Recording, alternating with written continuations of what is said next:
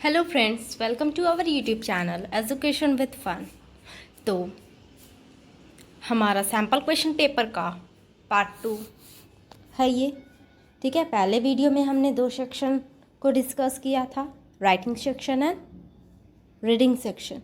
तो इस वीडियो में लिटरेचर सेक्शन का बिल्कुल डिटेल सोल्यूशन आपको मिलेगा। ठीक है, question, read the given extract and answer the following question. इस टाइप का क्वेश्चन तो बोर्ड में आता ही आता है। ठीक है, आप लोग को ऐसे क्वेश्चन का प्रैक्टिस ज़रूर करना चाहिए।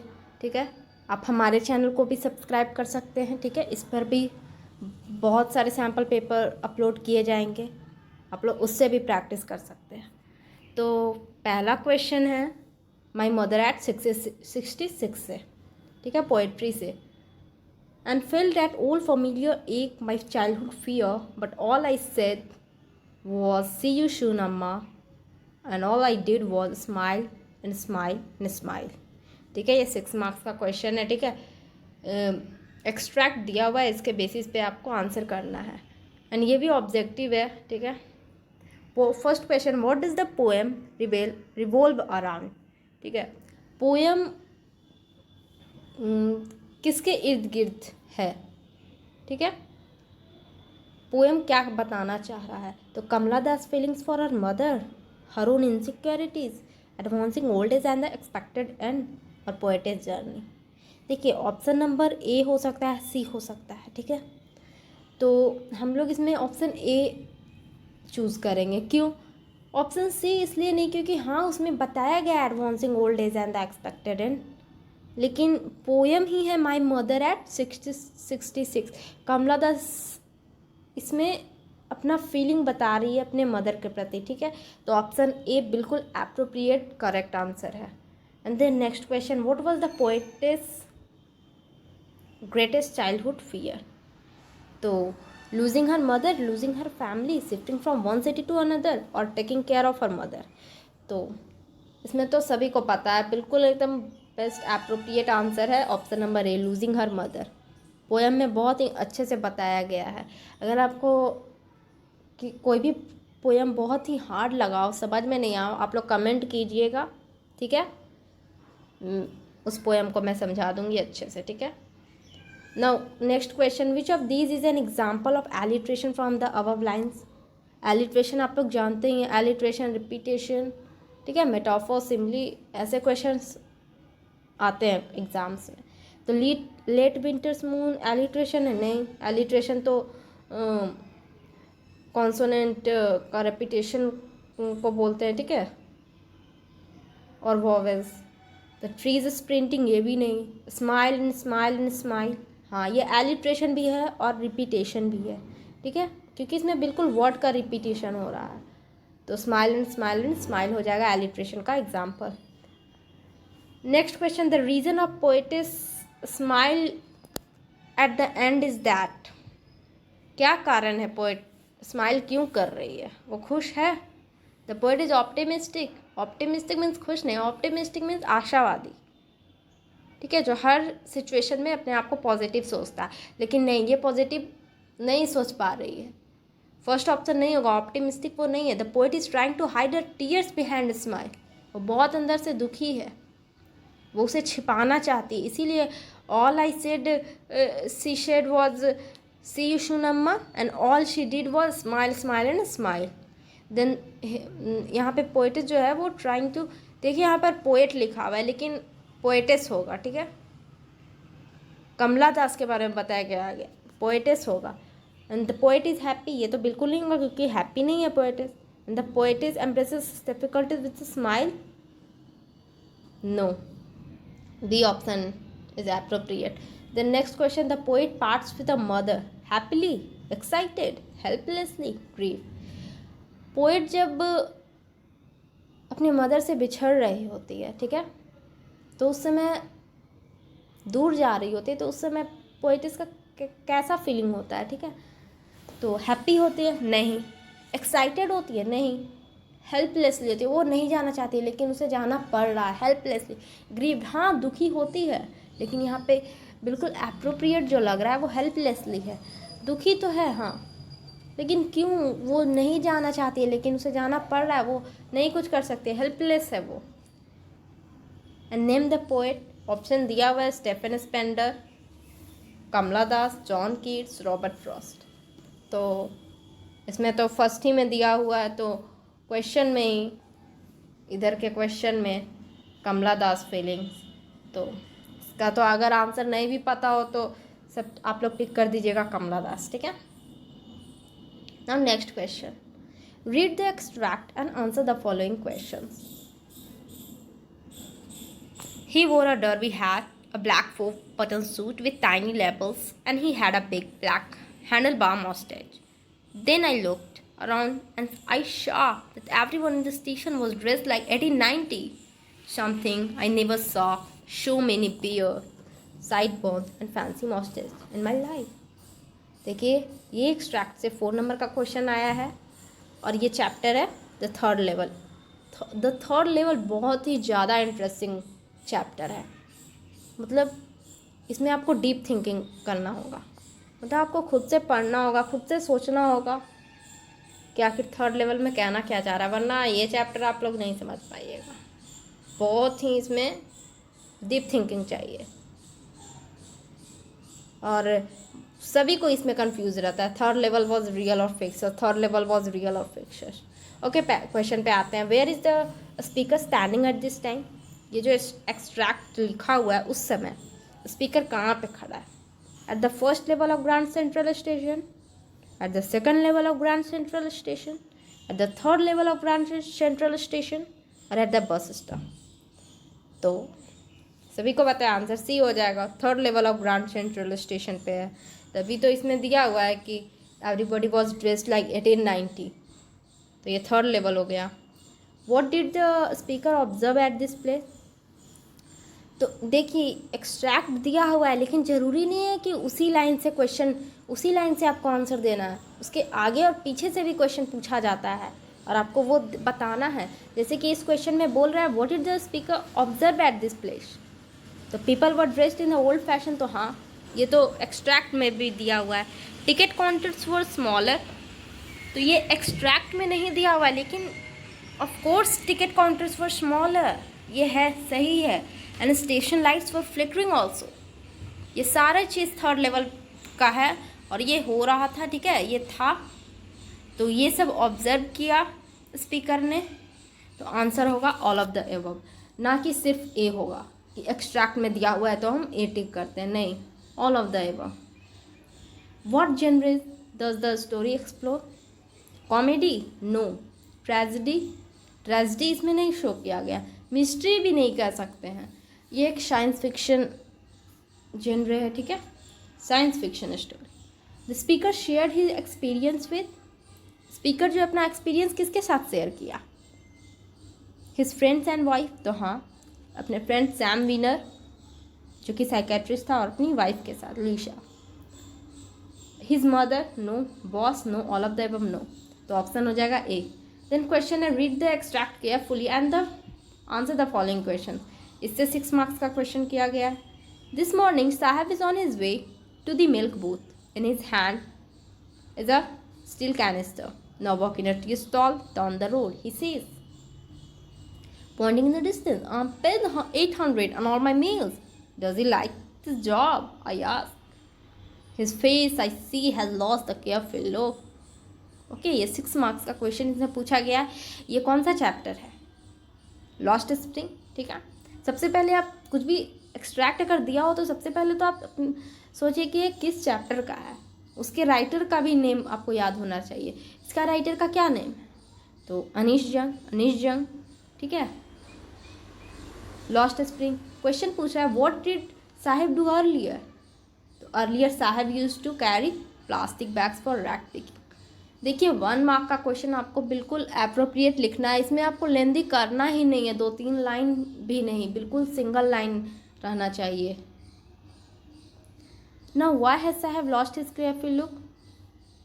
साहब का केयर फ्री लुक, बिल्कुल मासूमियत वाला चेहरा, बिल्कुल किसी का भी चिंता नहीं करना, बिल्कुल ही फ्री रहना, वो लुक कैसे गायब हो गया? तो साहब has lost his care free look because The steel canister seemed heavier than the plastic bag he used to carry for rack picking, and also he was no longer his own master. ठीक है, पहले वो rag picking करता था तो उसके लिए जो प्लास्टिक वो उठाया करता था वो उसे हल्का लगता था, लेकिन अब वो टी स्टॉल में काम कर रहा है और जो स्टील कैनिस्टर उसे उठाना पड़ता है वो उससे भारी लग रहा है। यहाँ पे मेटाफर के तरह, ठीक है, मेटामॉर्फिकली बताया गया है किस तरह उस पर रिस्पॉन्सिबिलिटी आ गया। पहले उस पर रिस्पॉन्सिबिलिटी नहीं था, लेकिन स्टील कैनिस्टर को एक रिस्पॉन्सिबिलिटी की तरह बताया गया है। और फिर वो क्यों उदास है? क्योंकि he was no longer his own master. ठीक है, पहले उस पर कोई आदेश नहीं देता था, उसको जो मन आता था वो करता था, लेकिन अब जैसा टी स्टॉल का मैनेजर कहता है उसे वैसा ही करना पड़ता है। ठीक है, that means he is no longer his own master. Next question, what were Saheb's wish? Saheb का क्या क्या विश था? The very innocent wish of Saheb was to do schooling and also to have a pair of slippers. ये तो उसके जैसे बच्चों का भी विश था। ठीक है, और बिल्कुल जो इनोसेंट विश था वो था कि वो स्कूल करे। ठीक है, ये हमें कैसे पता चला? अनिश जंग ने जब पूछा कि तुम स्कूल जाते हो या नहीं, तो वो बिल्कुल ही मासूमियत के साथ बोल दिया कि वो जाना चाहता है लेकिन स्कूल है नहीं। What is the irony of the Sahib's name? The Sahib's name is really ironical to him, as Sahib means the Lord of World, while Sahib had not even a pair of chappals to wear. Sahib मतलब तो है कि पूरा दुनिया का राजा, ठीक है, दुनिया का देवता हो गया, लेकिन साहिब के पास तो बिल्कुल एक पेयर चप्पल भी नहीं है पहनने के लिए। तो इसी वजह से साहिब का नाम उसी के लिए आयरनी है। Question, where did Saheb live? Saheb कहाँ रहता था? Saheb lived in Seemapuri, a place on the periphery of Delhi. ठीक है, सीमापुरी में रहता था जो कि दिल्ली के पेरीफेरी में। Where did Saheb family migrate from and why? Saheb के फैमिली कहाँ से आए, ठीक है, और क्यों आए? तो sahibs family migrate from Bangladesh because there they didn't get food because their fields as well as their houses were completely destroyed due to flood। ठीक है, यहाँ पे डाई लिखा गया है ड्यू टू फ्लड, यानी कि बांग्लादेश में वो लोग जहाँ रहते थे वहाँ फ्लड के कारण उनका फील्ड्स, उनका घर सब कुछ बर्बाद हो गया। उन्हें खाने के लिए भी कुछ नहीं मिलने लगा, इसीलिए उन्हें आना पड़ा। देन है answer any 5 of the following questions in about 40 to 50 words। ये 2 मार्क्स का क्वेश्चन है। ठीक है, इसमें से आपको 6 क्वेश्चन दिया हुआ है, इसमें से आपको 5 क्वेश्चन का आंसर करना है। इसमें मैंने 6 का आंसर कर दिया, आपको जो मतलब अच्छा लगे, ये प्रैक्टिस के लिए है। ठीक है, first question, why was little Frank scare to enter the class that day? उस दिन डरा हुआ क्यों था लिटिल फ्रैंक क्लास में आने से? The little Franz was scared to enter the class that day because he had not remembered the rules of participles, as he had always taken his language just for granted, and so he was afraid that he might get scolded by M. Hamel। Little Franz जो था उस दिन डरा हुआ था class में आने से, क्योंकि जो होमवर्क मिला था पार्टिसिपल्स, रूल्स और पार्टिसिपल्स याद करने के लिए, वो उसने नहीं याद किया था। ठीक है, और लेट भी आया था, इस कारण से भी वो डरा हुआ था। Next question, why does M Hamel reproach himself for his students unsatisfactory progress in studies? तो इस क्वेश्चन में क्या पूछा गया? एम हैमल जो है वो खुद को क्यों ब्लेम किए अपने स्टूडेंट्स के अनसैटिस्फैक्टरी प्रोग्रेस के लिए? मतलब उनका स्टूडेंट्स नहीं सीख पाया, उसके लिए वो अपने आप को ब्लेम क्यों किए? तो M Hamel reproached himself for his students unsatisfactory progress in studies as very often he used to send the children to water his flowers instead of learning the lessons, and also many a time he used to give holiday when he wanted to go for fishing। ठीक है, M Hamel as a very responsible teacher, ठीक है, वो अपने आप पर भी blame लिए, वो स्टूडेंट्स को भी ब्लेम किए उनके ना सीखने का कारण। वो अपने आप को भी ब्लेम किए। वो कहें क्यों अपने आप को ब्लेम किए? क्योंकि कभी कभी वो भी स्टूडेंट्स को पढ़ाने के बजाय भेज देते थे वाटर में फ्लावर में वाटर डालने, ठीक है, पौधों में पानी डालने के लिए भेज देते थे। या फिर कभी कभी बोल देते थे कि आज छुट्टी है, जाओ तुम लोग। क्यों? कारण था कि उनको फिशिंग के लिए जाना था। कभी उनको कुछ और काम से जाना होता था तो बच्चों को हॉलीडे पर भेज देते थे कि उनको आज नहीं पढ़ाना है। तो इसलिए छोटे छोटे कारण को भी, छोटे छोटे कारण कहकर भी M Hamel as a very responsible teacher अपने आप पर ब्लेम लिए। Next question, why could not the bangle makers organise themselves into cooperatives? Bangle makers क्यों एक कोऑपरेटिव नहीं बना पाते? तो the bangle makers have fallen into the vicious circle of the middlemen, and even if they tried to do something other than making bangles, organizing themselves into cooperatives, they were being hauled up by the police and beaten up. There is no leader among them to help them see things in a different way. This is why the bangle makers could not organize themselves into cooperatives. बहुत ही बिल्कुल ही सही तरीक़ा से lost spring में बताया गया है किस तरह बैंगल मेकर्स एक विशेष सर्कल में चले गए थे, ठीक है। वो एक विशेष सर्कल में घूम रहे थे। यहाँ घूमना मतलब क्या? जनरेशन आफ्टर जनरेशन वही बिजनेस कर रहा था। वो चाहते भी थे कोई और बिजनेस करना, ठीक है, कुछ और ऑर्गेनाइजेशन करना, ठीक है, एक कोऑपरेटिव बना के कुछ ऑर्गेनाइज करना। तो वही लोग पुलिस के द्वारा होल्ड अप किए जाते थे, पीटे जाते थे, ठीक है। उन लोगों में कोई लीडर नहीं था जो उनकी मदद करे, उन्हें किसी चीज़ को दूसरे तरह से देखने में मदद करे, ठीक है, बैंगल मेकिंग के अलावा कुछ बताए। वो लोग करते भी थे लेकिन वो पुलिस के द्वारा पीटे जाते थे, ठीक है, उन्हें जेल में डाल दिया जाता था। तो इसी कारण से they could not organize themselves into cooperatives. Next question, how is Mukesh's attitude to his situation different from his family members? Mukesh का एटीट्यूड किस तरह उसके फैमिली मेम्बर से अलग है? तो मुकेश बिल्कुल ही डिटरमिन्ड था, ठीक है। Mukesh attitude is different from his family members to their situation because Mukesh is the only one in his family who dare to think to do something other than bangle making, that is being motor mechanic, as he is determined, confident, diligent and daring too. Mukesh का attitude उसके family member से with respect to business, ठीक है, बहुत ही अलग था। उनके family में सिर्फ एक मुकेश ही था, ठीक है, फैमिली का हो या कम्युनिटी का, ठीक है, क्योंकि उस कम्युनिटी के जितने भी लोग थे उसमें से मुकेश ही था जो डेयर किया, साहस किया ये सोचने का कि वो बैंगल मेकिंग के अलावा कुछ करेगा, कुछ और करना चाहता है। वो मोटर मैकेनिक बनना चाहता था, ठीक है, और वो रियलाइज़ भी करेगा अपने ड्रीम को क्योंकि वो डिटरमिन्ड है, वो कॉन्फिडेंट है, डिलीजेंट है, डेयरिंग है, ठीक है, ये सारे कारण हैं, ठीक है, वो ये सारी क्वालिटी है मुकेश में जो हेल्प करेगा मुकेश के ड्रीम को रियलाइज़ करने में। Next question, why does the poetess compare her mother's face to the late winter's moon? Poetess जो है वो अपनी माँ का फेस को लेट विंटर्स मून के साथ क्यों कंपेयर की?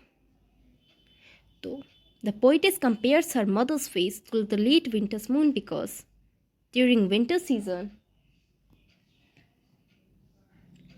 the moon does not shine very bright, ठीक है, it's dull due to fog or mist, and in the old days her mother's face is also dull.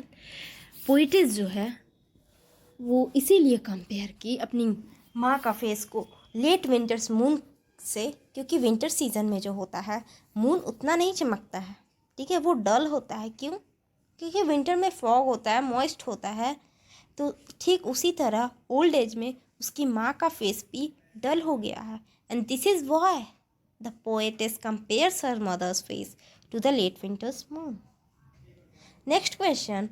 According to the poet, how will keeping quiet be an exotic moment?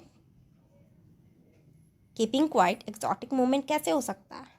According to the poet, keeping quiet will be an exotic moment, as when suddenly there will be silence all around. Just for a moment, then that would really be a strange situation.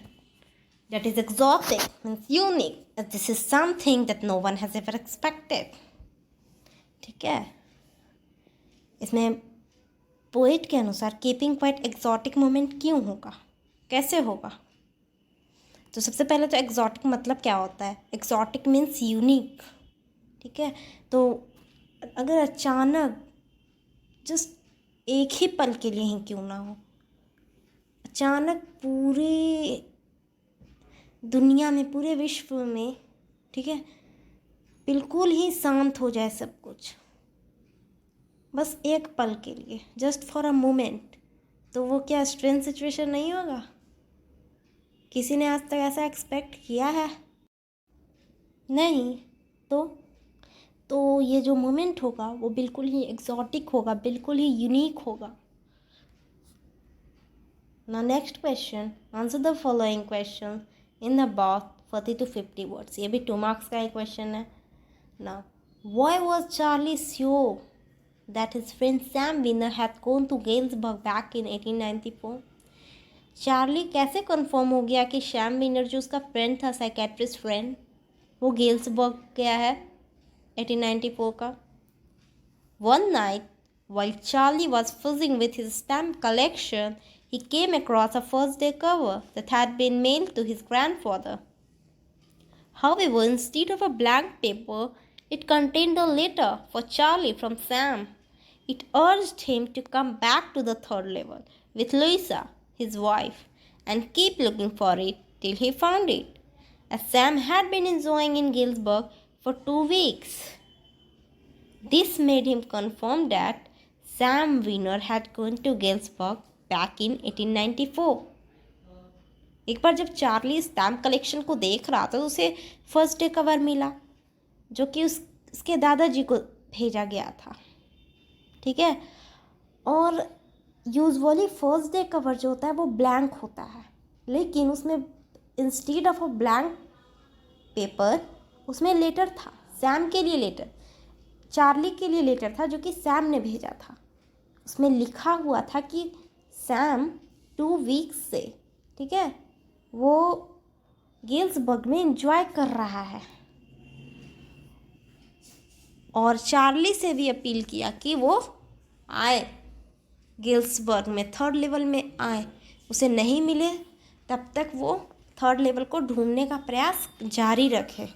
तो और फिर वो वहाँ भी गया था जहाँ old currency मिलता है, ठीक है, एक्सचेंज होता है जहाँ, वहाँ से भी उसे पता चला कि शैम ने करेंसी एक्सचेंज किया है, तो जिससे कि वो कंफर्म हो गया कि वो गेल्सबर्ग में ही गया है। और पहले भी वो बातें करता था कि वहाँ बहुत ही सुंदर होता है, अच्छा होता है, ठीक है। तो इससे वो कंफर्म हो गया कि उसका दोस्त साइकेट्रिस्ट सैम विनर गेल्सबर्ग गया है। Next question, how did Maharaja solve his unfortunate problem in fulfilling his war to kill 100 tigers? Maharaja कैसे जो उनका बताया गया, उनका भविष्य कि उनका मृत्यु टाइगर से होगा, 100 टाइगर से, 100th टाइगर से, तो उसने निश्चय कर लिया कि वो सभी टाइगर को मार देगा। तो आखिर ये करने में महाराजा ने क्या क्या किया? तो he vowed that he would attend to all the matters only after killing the 100 tigers. He bravely faced many dangers to his life from tigers. In order to achieve his target of killing 100 tigers, the king issued a proclamation that anyone who dared to fling even a stone at a tiger would lose his wealth and property. The tiger hunt was banned in his state except for the king. By the time the tiger became extinct in his state, He married and killed all the tigers in his father-in-law's estate. He had killed 99 tigers. Finding the 100th tiger was a big problem, and that was where he missed. उसने बिल्कुल tiger hunting को ban कर दिया ताकि सिर्फ वही tiger को मार सके. उसके स्टेट में ख़त्म हो गया तो उसने शादी किया, ठीक है, और अपने फादर इन लॉ के स्टेट से भी टाइगर को मार दिया. जब बात आया 100 टाइगर मारने का तो 100 टाइगर में वो चूक गया. कैसे? क्योंकि उसने गन तो चलाया लेकिन वो गन के आवाज़ से ही टाइगर मरा, ठीक है, गन उसे लगा नहीं और वो मरा भी नहीं टाइगर, वो बस बेहोश हो गया था, तो वो नहीं मार पाया. तो यही कारण था. And that was the problem where he missed. Now next question, answer the following question in about 120 to 150 words. Okay, 5 marks का क्वेश्चन है, इसे थोड़ा डिटेल करना रहता है, ब्रीफली एक्सप्लेन करना रहता है. वर्च्यूज़ लाइक और ये ज़्यादातर वैल्यू बेस्ड क्वेश्चंस ही होते हैं. Virtues like determination and diligence helped Douglas to overcome his fear from water. Justify this statement by giving instances from the chapter Deep Water. किस तरह लगता है कि क्वालिटी जो है डिटर्मिनेशन डिलीजेंस डॉगलस को हेल्प किया उसके पानी के डर को ख़त्म करने में, ये बताना है. वो भी चैप्टर में जो जो इंसिडेंट्स बताया गया है उसे लेकर इसे एक्सप्लेन करना है. So, Douglas' experience in deep water is a great example of how desire, determination, and diligence lead to success. When Douglas was just a child, he had major water-related misadventures and he almost drowned, which affected him badly, and he was left with a deep-rooted fear of water. This fear stayed with him as he grew older. As the fear lingered on, Douglas realized that it prevented him from enjoying all the activities related to water, such as boating, canoeing, swimming, etc. It was no longer acceptable to Douglas. Therefore, his strong desire to overcome his fear of water made him take swimming lessons, even though the old fear kept coming back, weakening him initially. However, his determination kept him going. Eventually, with rigorous training, vigorous practice, and perseverance, he was able to get rid of his fear of water.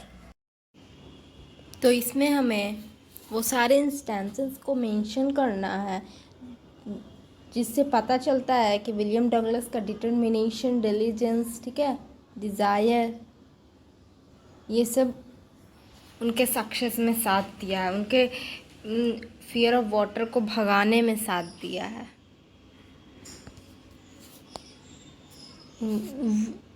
वो आखिर क्यों चाहते थे कि वो अपने पानी के डर को भगाएं? क्योंकि वो उनके साथ बचपन में ही बहुत बार ऐसा एक्सीडेंट हुआ है, ठीक है, जिससे उनका पानी का डर और बढ़ता गया. ये स्टोरी में बिल्कुल ही अच्छे से बताया गया है. यहाँ पर आप लोग देख सकते हैं किस तरह लिखा हुआ है. और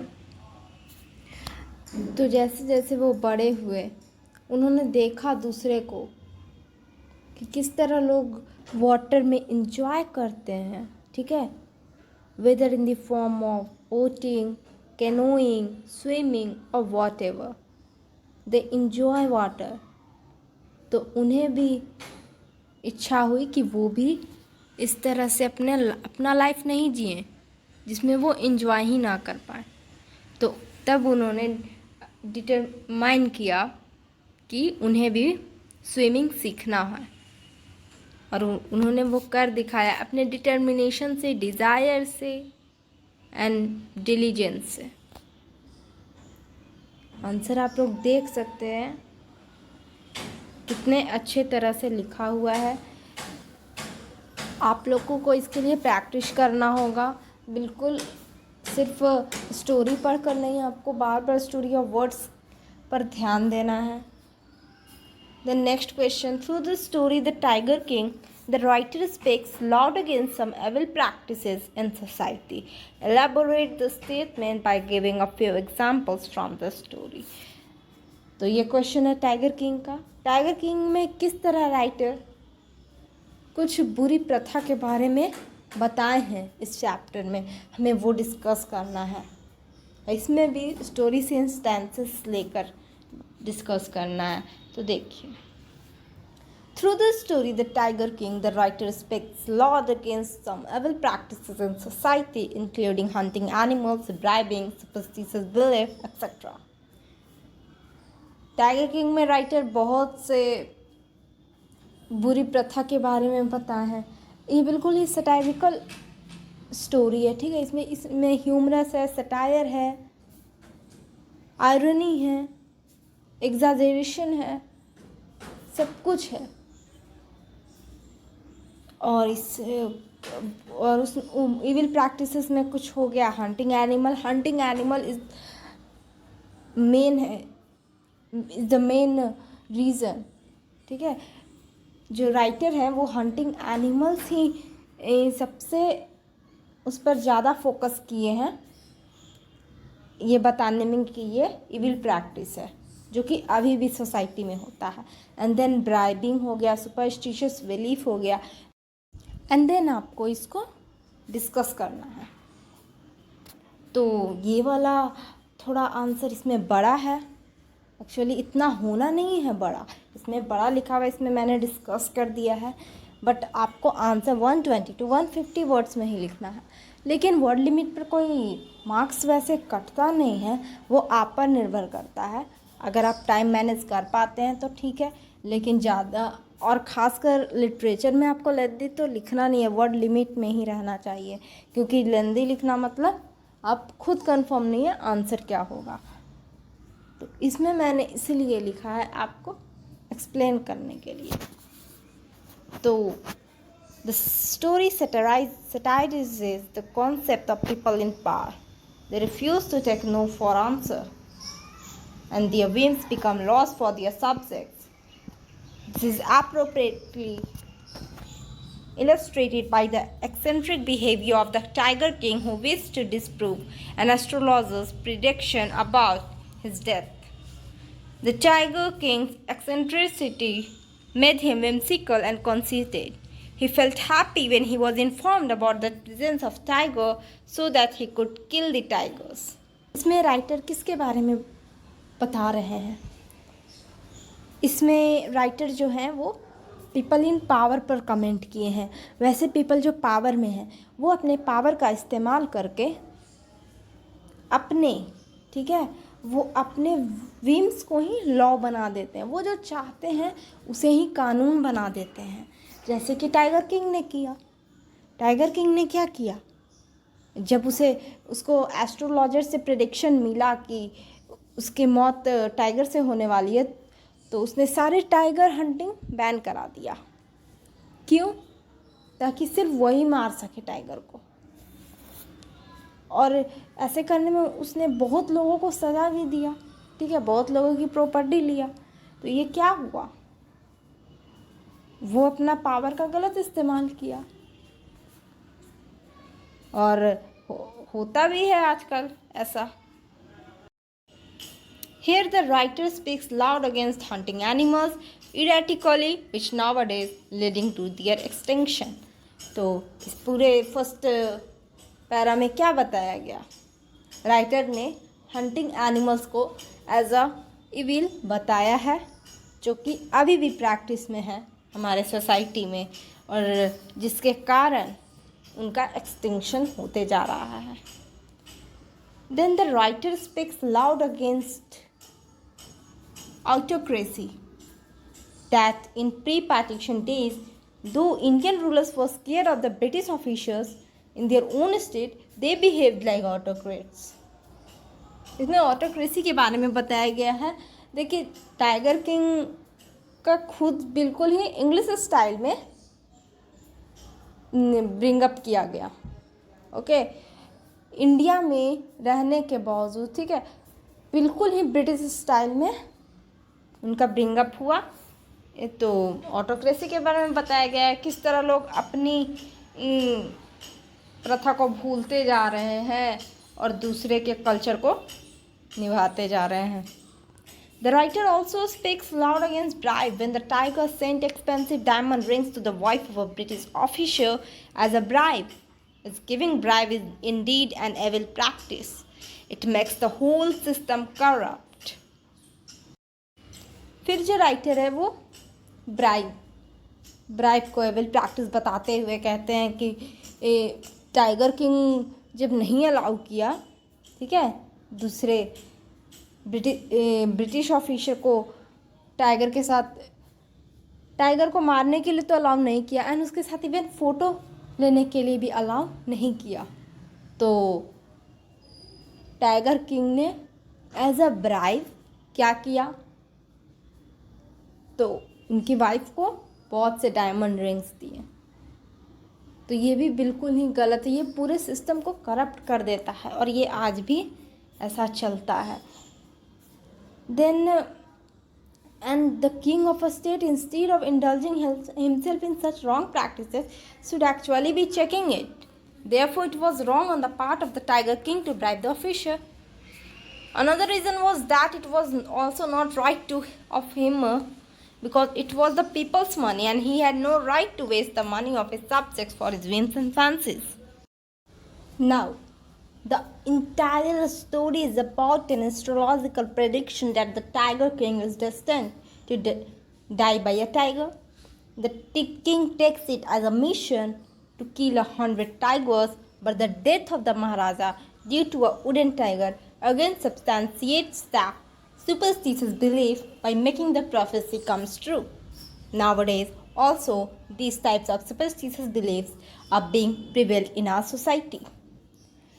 तो इसमें राइटर बता रहे हैं कि पूरा मतलब सेंट्रल आइडिया जो था स्टोरी का वो एक प्रोफेसी से स्टार्ट हुआ, एस्ट्रोलॉजर प्रेडिक्शन से स्टार्ट हुआ, एस्ट्रोलॉजी से स्टार्ट हुआ।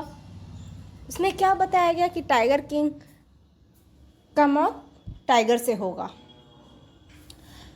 और जिसकी वजह से टाइगर किंग ने बहुत से टाइगर को मारा, ठीक है, 19 सारे टाइगर को मारते गया। लेकिन लास्ट में क्या हुआ, टाइगर किंग का मौत एक वुडन टाइगर से हुआ। ठीक है, रियल टाइगर से नहीं हुआ, लेकिन हुआ तो एक टाइगर से ही, फिर चाहे वो वुडन हो या फिर रियल हो। तो इससे क्या बताया जा रहा है कि प्रोफेसी तो ट्रू हुआ है, no one can change its destiny. और इसी वजह से आज भी सोसाइटी में बहुत से सुपरस्टिशियस बिलीफ हो रहे हैं, जिसकी वजह से बताया जाता है, ठीक है, कि ये होने वाला है, एंड उसके रिस्पॉन्स में लोग बहुत कुछ गलत कर देते हैं। तो स्टोरी से तो ये पता चलता है कि no one can change its destiny, लेकिन ये भी कहा जाता है कि destiny lies in our hand and doing our duty is also good, okay, as destiny lies in our hand, but then going crazy like this tiger king, killing innocent animals like it, that can't be justified. Okay, so this was all about the sample paper of 80 marks, and then here is something very interesting for you. Okay, very interesting, imaginative and deep understanding question. There is only one question, ठीक है, यहाँ पर एक question है, बहुत ही उसमें वो imaginative है, डीप अंडरस्टैंडिंग क्वेश्चन है ये। आप लोग इसका आंसर कमेंट में ज़रूर दीजिएगा। And the question is, according to you, Charlie's account to the third level was fictitious or real? Okay friends, आप लोगों को क्या लगता है, चार्लीज जो थर्ड लेवल में गया था वो उसका इमेजिनेशन था या फिर वो सच में गया था? And also give its reasons in comment box. आप लोग कमेंट में इसका आंसर ज़रूर दीजिएगा। सिर्फ एक क्वेश्चन है, आप लोग इसका आंसर ज़रूर दीजिएगा। And then now it's all over, part 2 भी ओवर हो गया। एंड देन और भी सब्जेक्ट्स का सैम्पल क्वेश्चन पेपर अपलोड होगा। आप लोग हमारे चैनल से जुड़े रहिए, सब्सक्राइब कीजिए, एंड देन आपको नोटिफिकेशन मिल जाएगी। Thank you.